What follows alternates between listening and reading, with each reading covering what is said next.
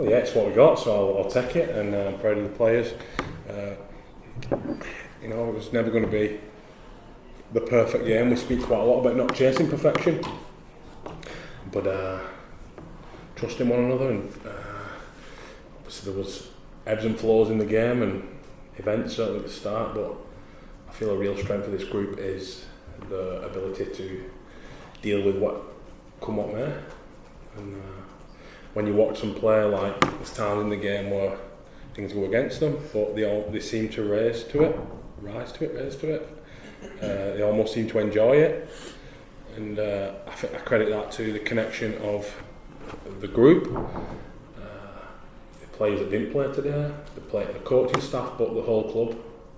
And when I say that, I mean the supporters, I mean our staff at Rugby Park. I think the lads, they enjoy playing for the responsibility of that group of people and their own families included in that. So I wouldn't change a moment of it because it's what happened. You always seemed in control. Did it feel like that watching the game? Yeah. No, it did. I felt we were in control. I just can see a group, to be honest, through the week, you know, I thought that it was going to take a good team to beat this group this week. I think everything fed into it for us. Helps when you've got players like these two alongside you, they're doing the job in the middle. I think men like these two. Good players, but you know, it's cliche, but they are good players as well. But these lot just connect in a way that's hard to break. How does it compare to the others? You've obviously won the Challenge Cup before, you won the Super League and World Cup. Is the feeling still the same, or does This is the best one. Yeah. This is the best one. Why? Don't want to go into it. It's the best one. Does Wembley play a part in that as well? That obviously No. Tottenham was special. But No. Just today, innit? It's just... I don't know, I couldn't... Yeah, I just felt the momentum of things were shaping up that it was going to be a difficult game. I think, you know, Warrington got a lot of momentum behind them last week, etc. And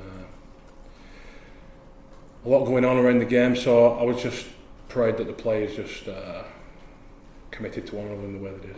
Is that, would the fact that it was such an emotion-charged game play a part in it being special? The fact that Warrington were being talked up when you were almost sort of being disregarded, although I think that in itself is probably an inverted compliment because they're so used to Wigan being winners. Did any of that have a part in making it special? Yeah. All of it. All of it.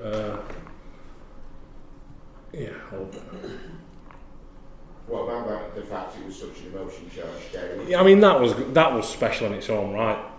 That wasn't whichever team would have won, and it's I think it's an emotional week for everyone in rugby league. Rob's such a special character, and it stirs up emotion for everyone. You know, the way that Rob and his team and his family have what they've been through. Bevan won't mind me saying that. I'm sure it stirs up emotions for him, for Liam Marshall, for Sam Burgess. They'll have players in their group. So, you know, we all love Rob Burrows and the family and that group and what they stand for, but we've got to be honest, it makes you think about your own situation in your own life and people you love as well, so obviously, but that was aside. I think when I talk about our motivation, it was more and the carrot of achieving something what was not unprecedented but particularly special, to put that fourth trophy in the cabinet. But as well, what you mentioned about the momentum around Warrington. Bevan, Matt says it's sort of stirred up emotions for you. Yeah. I think we all know. Yeah, so obviously a couple of years ago now I lost my mum to the same thing. And then coming back after that, after having a year off, it was my first trophy winning the Challenge Cup, the last one that we won, and you know, leading into this week, Challenge Cup week again, and you know, Rob obviously being such a legend of the sport and impact he's had on everyone, and you know, unfortunate for him and his family. Yeah, sort of connected to me a bit emotionally, and sort of had that driving factor behind me this week, especially. You know, that the fact that passed away from that, and it was the Challenge Cup as well, which is the first trophy I won after my mum's passing from the same thing. So yeah, it's pretty emotional. Was it even more special going to win that lad's top trophies as well today? No, not really, to be honest. All I was thinking about was we've spoken about as a club what we hold now, like collectively with the league leaders, grand finals, World Club Challenge, and now Challenge Cup. Pretty special in itself. So yeah, I forgot about that. Hang on. Is there any money for Leinster? Is there? I think it's split between the whole squad, yeah. Is there financial prize?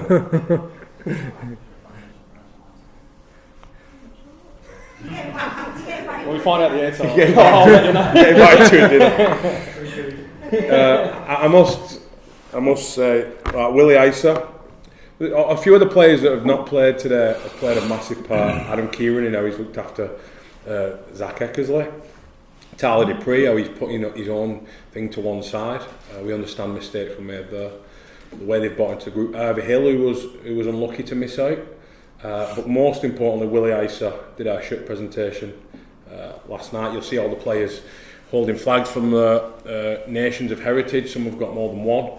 And he delivered a team meeting about that, about what these lads represent in playing for Wigan. And it was very, very special. I'm sure it drove the lads to dig in as deep as they did. I think, yeah, what Willie did there for any player in any club as a leader and as a senior player, it was unbelievable. Just touching on that, so the Indigenous flag, just how important was it for you to have that today? Yeah, well, it was very special. Like Matty said, we had a meeting about it yesterday, and we touched on things that are important to us. Culture have been very important to me, but I think didn't really sink until walking up to collect the team trophy and having everyone's flag up there. It was, I know it was a bit of not a weird moment, but it was beautiful to see. Really, everyone's representing their own culture. I just imagined all my family and friends sitting back at home watching it now. At 1 a.m. and seeing that on the telly would have been pretty special for them. I think as well where it creates something special is like I don't know a lot, or I didn't know a lot about Aboriginal culture. I didn't know a lot about Cameroon. I didn't know a lot about Swaziland, and I could go around the whole team. Lebanon, obviously, and when you see 20 flags laid down, it makes you want that player to do well when you understand a little bit more of him. And I'm sure all the players were the same. St John Fisher, Beet Hill, Wigan. But yeah, it's amazing when you get a group of men working together, coming from all different. We've got quite a diverse team, and it's something that we celebrate. Liam, what's Mr. Peet like as a coach? What does he bring to these Wigan side? Connects everyone together. We come in and we've got ideas we want to put forward. Matty's always 1 or 2 steps in front of everyone else. He leads by example, and he's confident in what he does, and it just makes life so easy for us as players. As much as there's rigidness there's a lot of opportunity for us to do what we want as well. The word special has been used a lot in this press conference. Is this a special Wigan side, a special era at Wigan, you found? I think it has to be. You look, there's only 2 other teams that have done it before. Them 2 teams I can remember as a kid growing up watching them, Bradford and St Helens, and there was some iconic players in it. And we've got 2 legends of players at our club in Tommy Luluai and Sean Loughlin. They've never done anything like this. And we've got players like Brad O'Neill. He's 21 or whatever. And he's won everything. So I have to say, I've been around a while. It's a pretty special squad at the moment, yeah. Liam, you're the sole survivor from 2013, the last Wigan team to win here. Having gone to Wembley finals as a kid and experienced what Wembley means to the town of Wigan, where does this day rank for you? I think it's extra special just because of what it's done for us now. We hold all 4 trophies. I think the Challenge Cup in itself is iconic to Wigan. It's special. So many Wiganers have got memories of growing up in Wigan, going down to Wembley, watching finals, and 8 years on the road.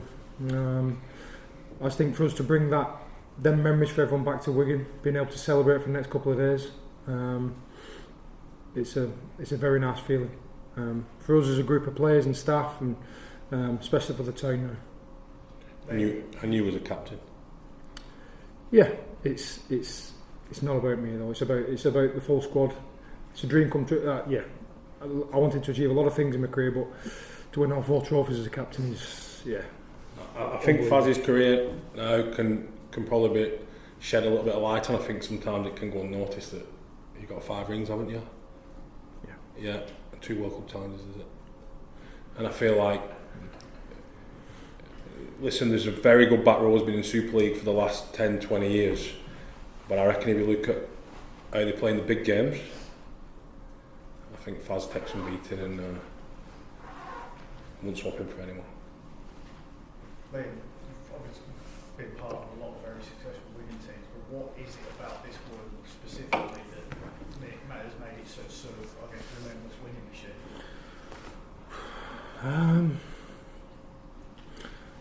Obviously we've got some very talented players across the full squad. I think a lot was made about that in the beginning of the year, but we've got that blend of youth, talent, experience, and it's all come together. And I'll be honest with you, the lads like spending time with each other, and that is a lot down to with Matty and his staff.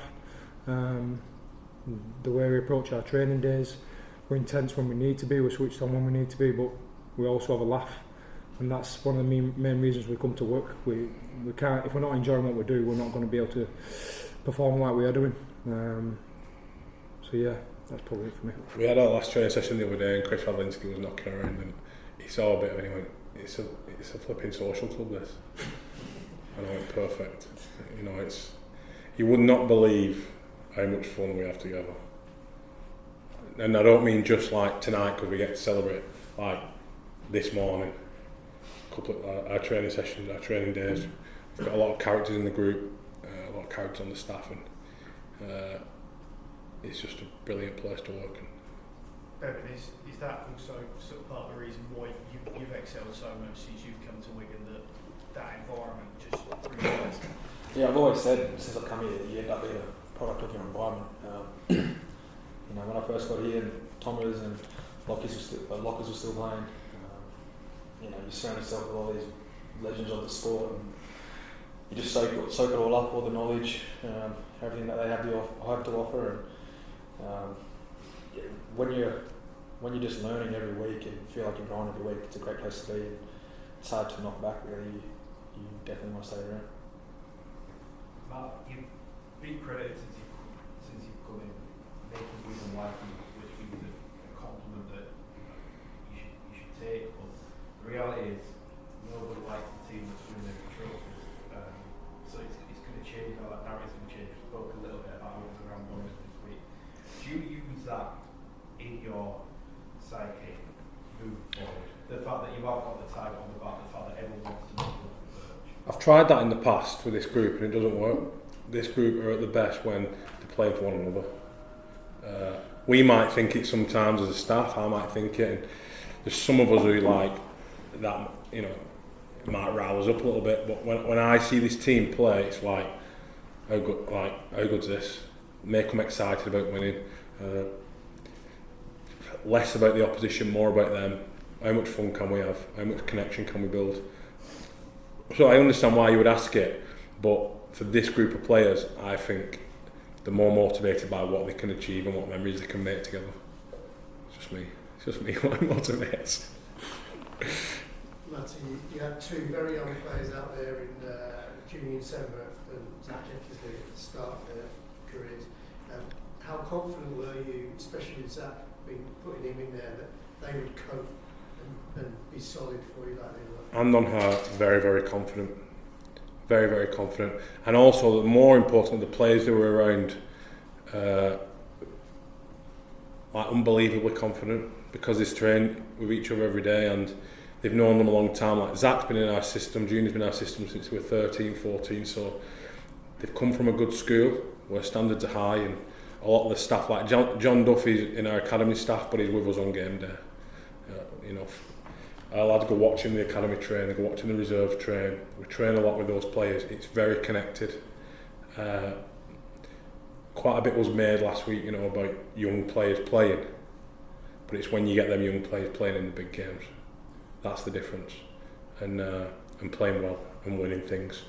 And I was, you're always like a bit nervous. Felt like Zach dropped that ball early on. I'm a bit nervous for him, but it's part of the story. Like what I do know is when he drops that ball, 12 blokes on the field like grow up, they weren't scoring that set because the other 12 blokes have got his back. So very, very confident. It runs from the system. It runs from them lads, knowing them lads themselves personally, the relationships, but also the players around them, having the backs. As I mentioned, Adam Kieran looking after Zach this week has been first class.